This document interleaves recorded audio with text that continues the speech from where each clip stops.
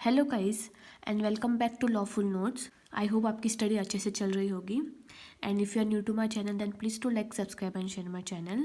Okay, तो आज हमारा टॉपिक है doctrine of privity of contract या फिर stranger to contract and consideration. This is one of the important topic. ठीक है, मैंने पहले भी बोला है कि कंसिडरेशन वाले क्वेश्चंस थोड़े इम्पॉर्टेंट रहते हैं एग्ज़ाम पॉइंट ऑफ व्यू से। देखो, जो मैंने ये नोट्स बनाए हैं इसमें मैंने सारा कवर कर दिया है, वो भी सिंपल टर्म्स में।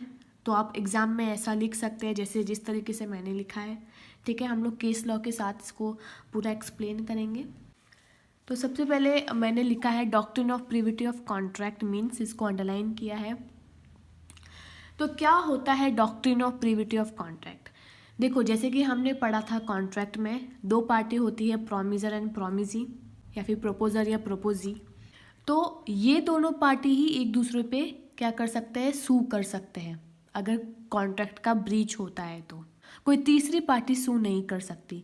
जो पार्टीज टू कॉन्ट्रैक्ट है, यानी कि फॉर एग्जांपल ए और बी पार्टीज टू कॉन्ट्रैक्ट है, इन दोनों ने कॉन्ट्रैक्ट किया है किसी प्रकार का और कोई ब्रीच होता है किसी प्रकार से, तो ये दोनों एक दूसरे को एनफोर्स करवा सकते हैं कोर्ट में। कोई तीसरा पर्सन आके सू नहीं कर सकता। ठीक है, तो प्रिविटी ऑफ कॉन्ट्रैक्ट का मतलब यही होता है that only the parties to contract can enforce the same. कि जो पार्टीज टू कॉन्ट्रैक्ट है, कॉन्ट्रैक्ट में जो पार्टीज एंटर्ड हुई है वही सू कर सकती है, एक दूसरे को एनफोर्स कर सकती है कोर्ट में ले जाकर। The party stranger to contract can not sue and be sued. जो पार्टी कॉन्ट्रैक्ट में स्ट्रेंजर है, यानी कोई थर्ड पार्टी है, वो सू नहीं कर सकती। This doctrine is founded upon the law that a contract is always a private relationship between the parties to the contract because legal relations between the parties are created by the contract. ये doctrine इस law के ऊपर based है कि जो ये contract होता है वो एक प्राइवेट रिलेशनशिप होता है पार्टीज टू कॉन्ट्रैक्ट के लिए, और उससे लीगल रिलेशंस क्रिएट होते हैं उस कॉन्ट्रैक्ट से बिटवीन द पार्टीज। यहाँ तक आपको क्लियर है? नेक्स्ट बढ़ते हैं, stranger to contract and stranger to consideration. इसको भी मैंने अंडरलाइन करके लिखा है। The doctrine of privity of contract implies that a stranger to contract cannot sue a party to it. ठीक है, अभी हमने पढ़ा कि जो doctrine of privity of contract है ये बताता है कि जो स्ट्रेंजर टू कॉन्ट्रैक्ट है वो सू नहीं कर सकते पार्टी को। However the stranger to consideration can sue. लेकिन जो कंसिडरेशन में स्ट्रेंजर है वो सू कर सकता है। अब स्ट्रेंजर टू कंसिडरेशन मीन्स क्या हुआ? वो पर्सन जिसके द्वारा कंसिडरेशन मूव नहीं हुई है, इसके बदले किसी और पर्सन ने कंसिडरेशन दी है, और वो पर्सन जो स्ट्रेंजर टू कंसिडरेशन है वो कॉन्ट्रैक्ट को एनफोर्स कर सकता है, लेकिन स्ट्रेंजर टू कॉन्ट्रैक्ट नहीं कर सकता। यहाँ पे मैंने लिखा है means a person who has not given any consideration in a contract, जिसने कॉन्ट्रैक्ट में किसी प्रकार की कंसिडरेशन नहीं दी है, but is a party to contract, लेकिन पार्टी टू कॉन्ट्रैक्ट है वो, तो वो एनफोर्स कर सकता है। This is due to the provision of Indian contract act that the consideration may be either move from the promisee himself और by a third party even bye a stranger. देखो, ये मैंने पहले भी बोला था कि कॉन्ट्रैक्ट में कंसिडरेशन होना ज़रूरी है। किस इंसान से मूव हो रही है इससे फ़र्क नहीं पड़ता। देखो, एक प्रोमिजर होता है, एक प्रोमिजी होती है पार्टी। ये ज़रूरी नहीं है कि कंसिडरेशन हमेशा प्रोमिजी की तरफ से ही मूव हो, कंसिडरेशन थर्ड पार्टी भी दे सकता है, इवन बाय ए स्ट्रेंजर। तो केस लॉ से ये आपको ज़्यादा क्लियर होगा। 3 केस लॉज है, तीनों ही बहुत ही इंपॉर्टेंट केस लॉ है। पहला है चिनैया वर्सेस रमैया। इस केस में क्या हुआ था, एक ओल्ड लेडी थी, उसने अपनी सारी प्रॉपर्टी उसकी डॉटर रमैया के नाम पर ट्रांसफ़र कर दी एक कंडीशन पर। उसने एक कंडीशन रखी कि अगर तुम कुछ पैसे अपने अंकल चिनैया को दोगे, जो प्रॉपर्टी है वो तुम्हारे नाम पर ट्रांसफ़र कर दूंगी। ये उसने कंडीशन रखी उस ओल्ड लेडी ने। ठीक है, रमैया ने उस कंडीशन को एक्सेप्ट किया। ठीक है, वो मान गई और अग्रीमेंट किया किसके साथ, अंकल चिनैया के साथ अग्रीमेंट किया कि मैं तुमको कुछ रकम तुमको हर साल ट्रांसफ़र करूँगी। तो उसने कुछ सालों तक तो ट्रांसफ़र किए, लेकिन बाद में उसने क्या कर दिया, स्टॉप कर दिया देने। उसने देने से मना कर दिया और कोर्ट में प्ली डाल दी कि कंसिडरेशन तो सिर्फ मैं दे रही हूँ, चिनैया को पैसे सिर्फ मैं दे रही हूँ, लेकिन चिनैया की तरफ से मुझे तो कोई कंसिडरेशन नहीं मिल रही, सिर्फ मैं ही दे रही हूँ चिनैया को। तो कोर्ट ने क्या कर दिया, कोर्ट ने ये रिजेक्ट कर दी और बोला कि यहाँ पे जो कंसिडरेशन है उसके अंकल से नहीं आई, पर उस ओल्ड लेडी से मिल गई थी। ठीक है, रमैया को जो कंसिडरेशन है उसके अंकल चिनैया से भले ही ना मिली हो, लेकिन उस ओल्ड लेडी से मिल गई थी पहले ही। तो कंसिडरेशन होना ज़रूरी है, ये ज़रूरी नहीं है कि कहाँ से मिल रही है। अब यहाँ पे देखने वाली बात है कि जो चिनैया था वो स्ट्रेंजर टू कंसिडरेशन था, मतलब इसकी तरफ से कंसिडरेशन मूव नहीं हुई थी, लेकिन वो पार्टीज टू कॉन्ट्रैक्ट था, क्योंकि उसके बीच में और रमैया के बीच में अग्रीमेंट हुआ था। ये दोनों पार्टीज टू कॉन्ट्रैक्ट हैं यहाँ पे, यहाँ पे पार्टीज टू कॉन्ट्रैक्ट कौन है, चिनैया वर्सेस रमैया है। हालांकि चिनैया स्ट्रेंजर टू कंसिडरेशन है, हालांकि चिनैया की तरफ से कंसिडरेशन मूव नहीं हुई थी।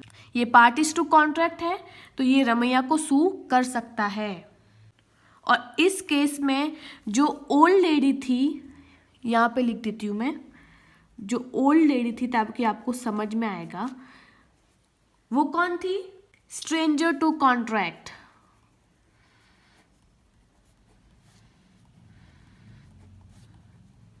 यानी कि ये सू नहीं कर सकती रमैया को। दूसरा केस है यहाँ पे डटन वर्सेस पोल। इस केस में क्या हुआ था कि एक फादर था, उसने क्या किया कि अपने बेटी के शादी के लिए पैसे अरेंज करने के लिए क्या किया कि जो टिम्बर होता है, जो लकड़ी होती है, उसको काट कर बेचने का फैसला किया, ताकि क्या हो सके कि उसको कुछ पैसे मिल सके, ताकि वो अपनी बेटी की शादी अच्छे से कर सके। ठीक है, लेकिन उस फादर के बेटे ने, मतलब उसके पिता का एक बेटा भी था, उसने कहा अपने फादर से कि आप ऐसा मत करो, क्योंकि मैंने अपनी सिस्टर के साथ एक अग्रीमेंट कर रखा है। क्या बोला उसने कि पापा आप ऐसा मत करो, मेरा और मेरी सिस्टर के साथ एक अग्रीमेंट हो रखा है कि उसके शादी में जो भी खर्चे होंगे उसको मैं प्रोवाइड करूँगा। मतलब वो बोल रहा है कि जो इसके शादी में खर्चे होंगे वो मैं दूंगा उसके पैसे। अब देखो, उस सन ने अपने सिस्टर के साथ अग्रीमेंट कर रखा है। ठीक है, फादर भी मान गए कि चलो ठीक है, लेकिन सन पैसे प्रोवाइड नहीं कर पाया बाद में, और उसकी सिस्टर ने क्या कर दिया, उसको सू कर दिया। प्रॉमिस किया था कि वो पैसे देगा मेरे शादी में, और अब वो नहीं दे रहा है, तो उसने क्या कर दिया, अपने भाई को सू कर दिया। अब देखो यहाँ पे पार्टीज टू कॉन्ट्रैक्ट कौन है, भाई बहन है, इन दोनों के बीच में अग्रीमेंट हुआ था। तो जब बहन ने अपने भाई को सू किया, तो भाई अपने पक्ष में बोलता है कि मैं तो इसकी शादी में इसको पैसे दे रहा हूँ, लेकिन इसकी तरफ से तो मुझे कोई कंसिडरेशन नहीं मिल रही। तो कोर्ट का फैसला आया कि she could recover the money from his brother, कि वो अपने भाई से पैसे रिकवर कर सकती है, क्योंकि वो पार्टीज टू कॉन्ट्रैक्ट थी, हालांकि वो स्ट्रेंजर टू कंसिडरेशन थी। कंसिडरेशन चाहे उसकी तरफ से मूव नहीं हुई है, लेकिन फिर भी वो अपने भाई के ऊपर केस कर सकती है, क्योंकि उनके बीच एक अग्रीमेंट हुआ था और वो पार्टीज टू कॉन्ट्रैक्ट है। तो मतलब क्या हुआ कि स्ट्रेंजर टू कंसिडरेशन सू कर सकता है, लेकिन स्ट्रेंजर टू कॉन्ट्रैक्ट सू नहीं कर सकता पार्टी को। ठीक है, तीसरा केस है यहाँ पे Dunlop tyre company limited versus Selfridge and company limited 1915 का केस है। इम्पॉर्टेंट केस है ये वाला बहुत ज़्यादा। इस केस में क्या हुआ था डिस्कस करते हैं। यहाँ पे जो एस है यानी कि जो सेल्फ्रिज है, उसने डनलप टायर कंपनी लिमिटेड से कुछ टायर खरीदे।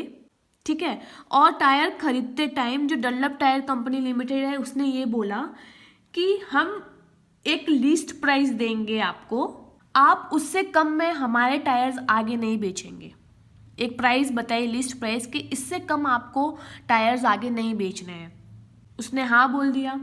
अब एस ने क्या किया, सेल्फ्रिज ने डी कौन है, एक सब डीलर है जिसका नाम हम लोग डी कह रहे हैं, उसको बेच दिया, उसको सेल कर दिया उस प्राइस में ही जितने की डनलप टायर कंपनी लिमिटेड ने बताई थी लिस्ट प्राइस, उस प्राइस में ही उसने आगे बेच दिए टायर्स।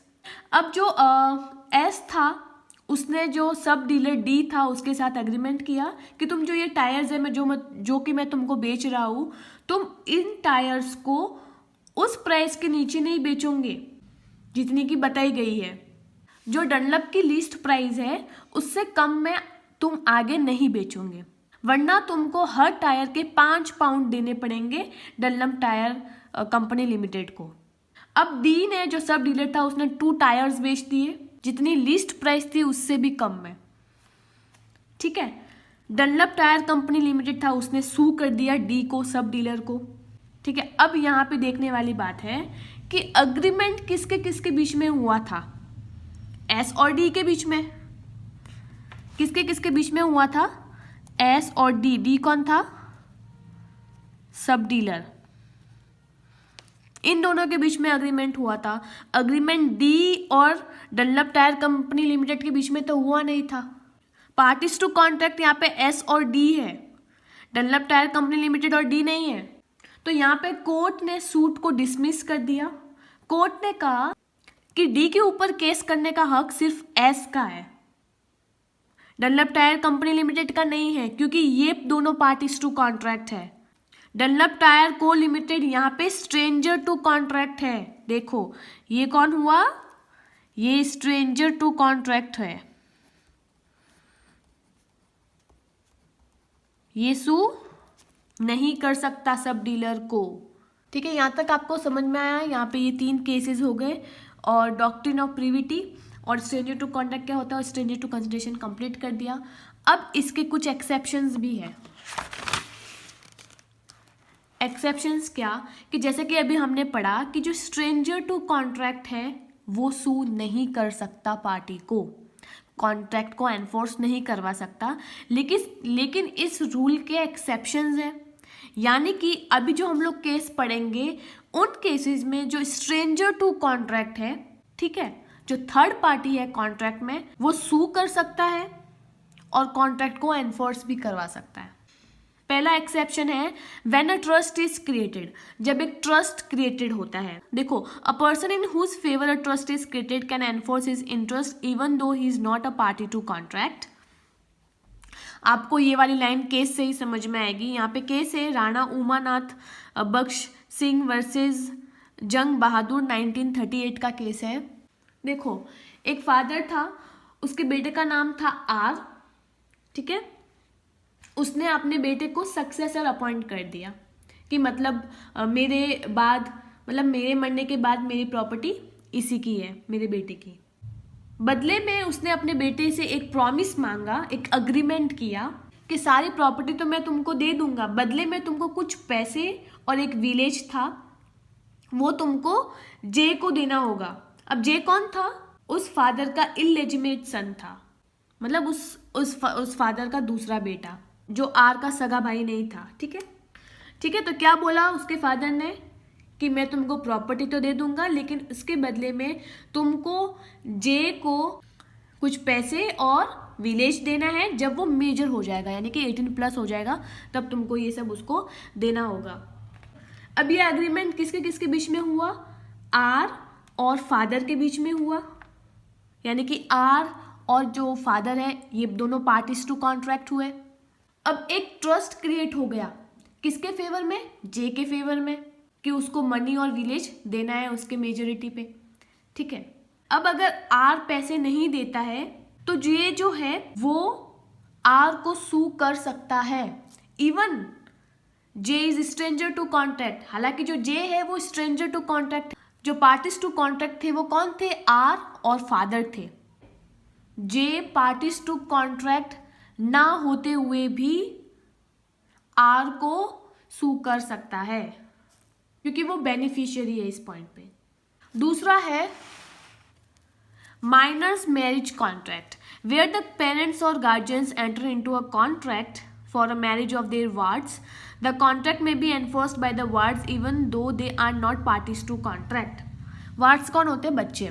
देखो, जहां पे माइनर के पेरेंट्स या गार्जियंस एंटर करते हैं कॉन्ट्रैक्ट में और उस कॉन्ट्रैक्ट को सामने वाली पार्टी जब मना कर देती है, तो जो वार्ड्स यानी कि जो बच्चे हैं जो कि पार्टीज टू कॉन्ट्रैक्ट नहीं है, वो भी एनफोर्स्ड करवा सकते हैं उस कॉन्ट्रैक्ट को।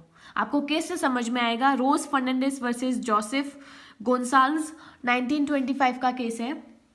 एक माइनर गर्ल है जिसका नाम ए है, ठीक है। अब उस माइनर गर्ल यानी ए के जो फादर है वो एक एग्रीमेंट में एंटर्ड होते हैं बी के साथ।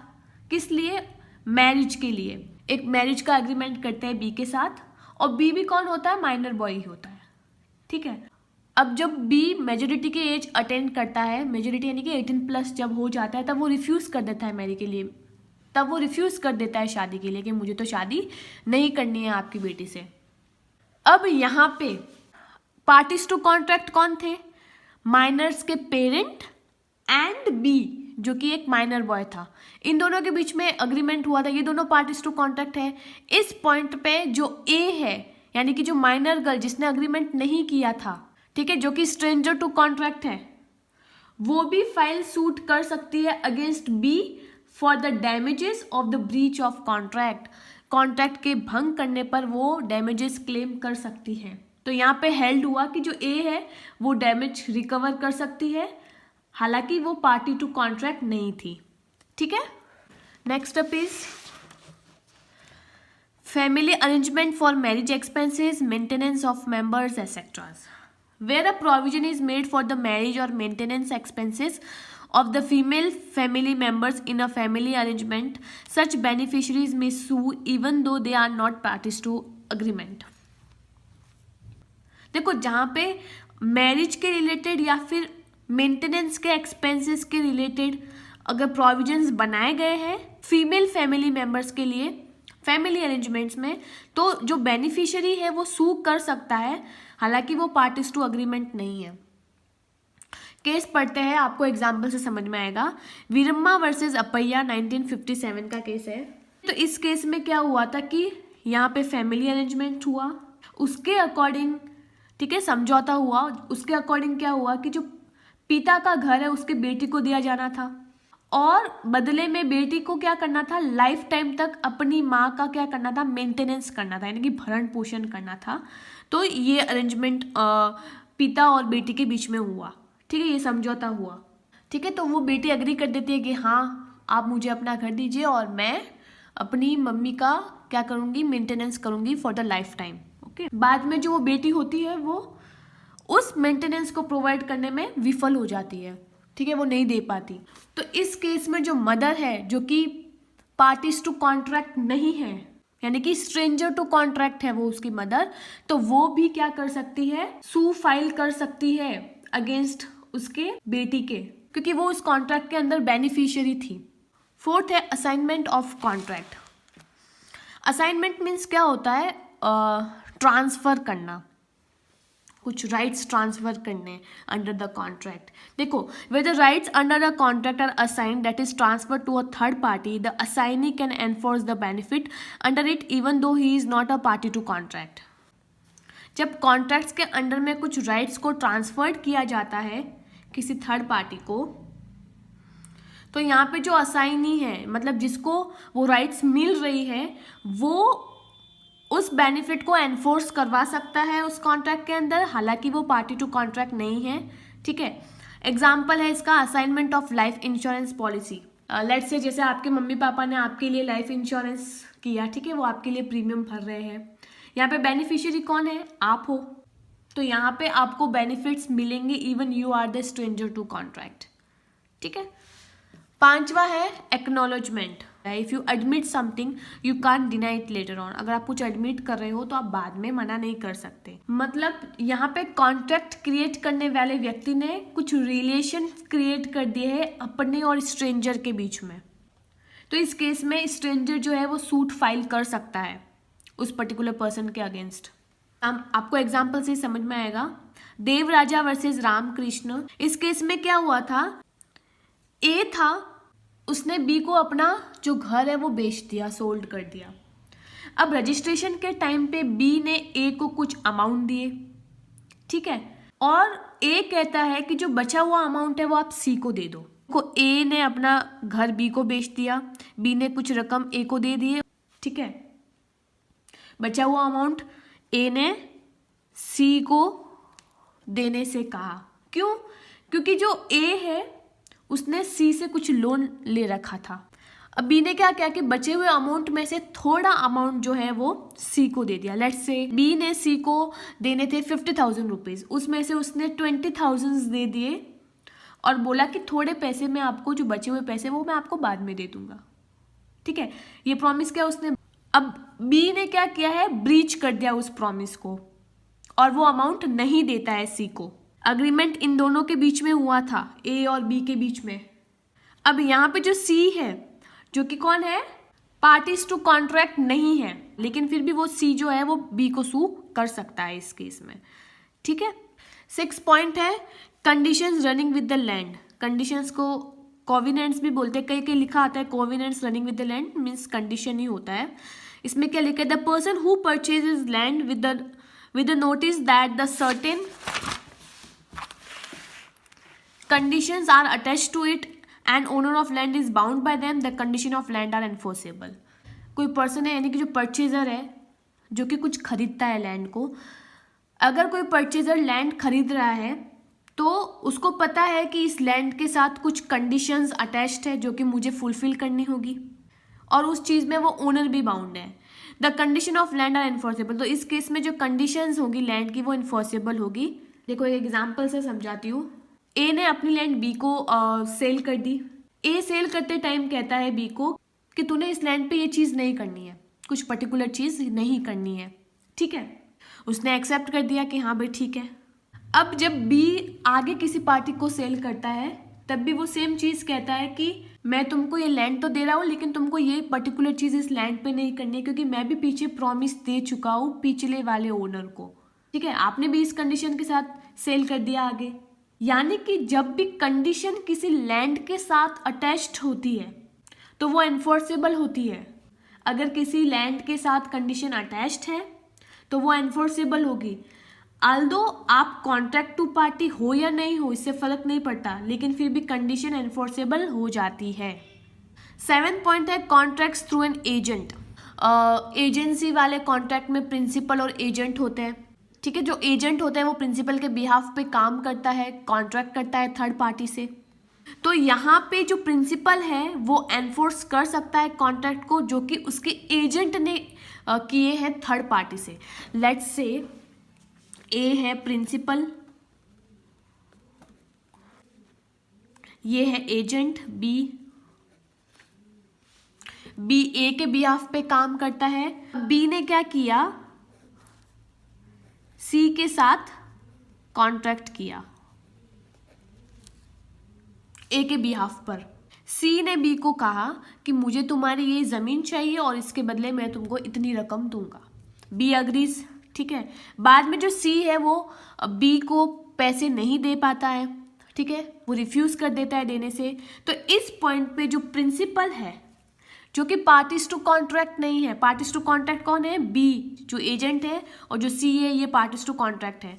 ए is a stranger to contract here, तो ये भी सी को जो है वो सू कर सकता है। ठीक है, आई होप आपको अच्छे से समझ आए होंगे। Okay, thank you.